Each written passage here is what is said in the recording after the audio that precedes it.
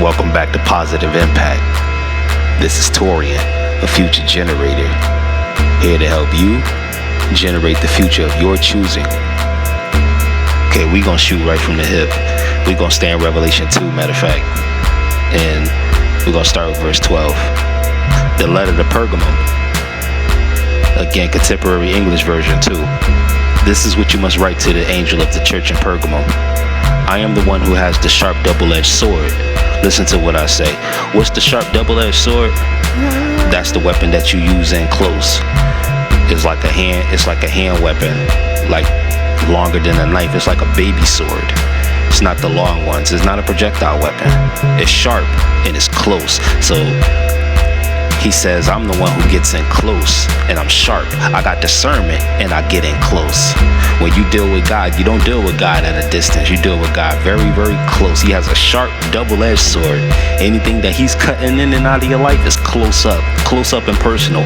It's what you see in the mirror. Even your bestie can't even always come with that sharp, double-edged sword.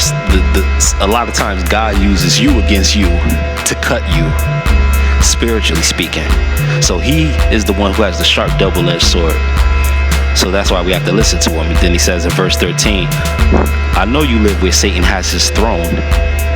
And isn't that true? Look at the world. Is this not where Satan has his throne? Look at the TV. Look at what's considered entertainment. Is this not where Satan has his throne? All right, so that explains itself. He says, but you have kept true to my name. Right there where Satan lives, my faithful witness Antipas was taken from you and put to death. Even then you did not give up your faith in me. But you have kept true to my name. I don't want to glance over that. You kept true to my name. You kept true to salvaging things, because the characteristic of the name Jesus means the Lord saves. The Lord is an owner, authoritative spirit.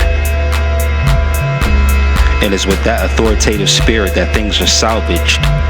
The art of salvaging is taking broken pieces and putting one whole new piece together from broken pieces.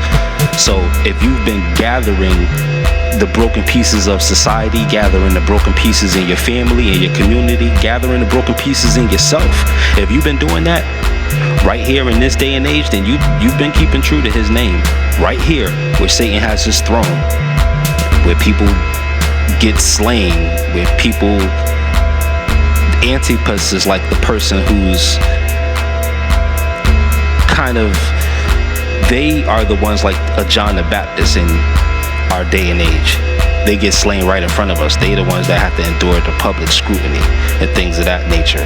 It's a martyrdom. And even then, you did not give up your faith in me. So even when the public leaders who claim to believe what we believe, even when they fell right in front of our face, we still kept true. We still kept true. So don't give up. The doors of the church are actually closed, but don't give up. Keep true to his name. Verse 14, I do have some things against you. I do have a few things against you. Some of you are following the teaching of Balaam. Long ago, he taught Balak to teach the people of Israel to eat food that had been offered to idols and to be immoral. Now some of you are following the teaching of the Nicolaitans. Turn back. If you don't, I will come quickly and fight against these people, and my words will cut like a sword.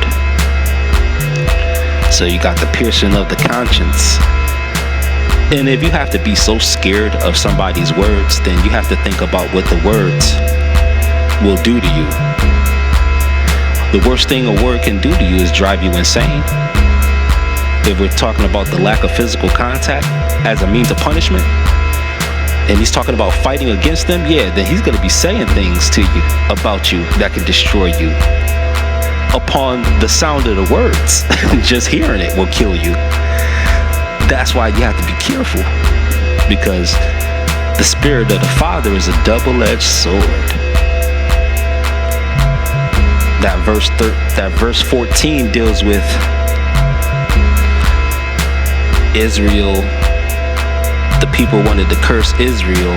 That's what Balaam teaching Balak to have Israel eat food that had been offered to idols and be immoral. They were trying to just basically invite them onto the left-hand path to keep on commemorating the teachings of Nimrod, so on and so forth. And that's all that was about. So in this day and age right now, you may not know who Balaam or Balak is, but still, you know the difference between the right hand and the left hand. So being on the left hand is eating food that's been offered to idols and immorality. 15, that's the teaching of the Nicolaitans. 16, this is him fighting against the people with his words. 17, if you have ears to listen to what the Spirit says to the churches, to everyone who wins the victory, I will give some of the hidden food. What is the hidden food? What is the hidden food? It's fulfillment. Something that nourishes you from the inside when you know you're on your path, when you know you're on your purpose. That's like hidden food. That's like nourishment. When you're doing something and you're hot on the trail and you know it's the path and you know that's what you were put here to do, you won't be hungry, you won't be sleepy, etc. You'll be full of joy, full of contentment, full of focus. That's hidden food right there. And also, he says, I will give each one a white stone with a new name written on it. No one will know that name except the one who is given the stone. What's the white stone? A pure identity, a divine identity. That's what white was attributed to. A pure identity. The stone is you. We're all stones in a spiritual building. So a pure identity. In that pure identity, whatever that identity is, because that's what a name is. A name is an identity, a characteristic. No one's going to know it except you. So whatever that is that you're going to be, no one else can be that. That's all for you. That's why you're even more pressed to receive that white stone with that new name. So win the victory and eat that hidden food. Even if you don't know what your purpose is in life, choose one. Create a cause. Because that's the right direction, and just let the Father lead you from there. Again, this is Torian with Positive Impact. If you wish to have any consultations or any further concerns, just contact me at supertsigma@gmail.com.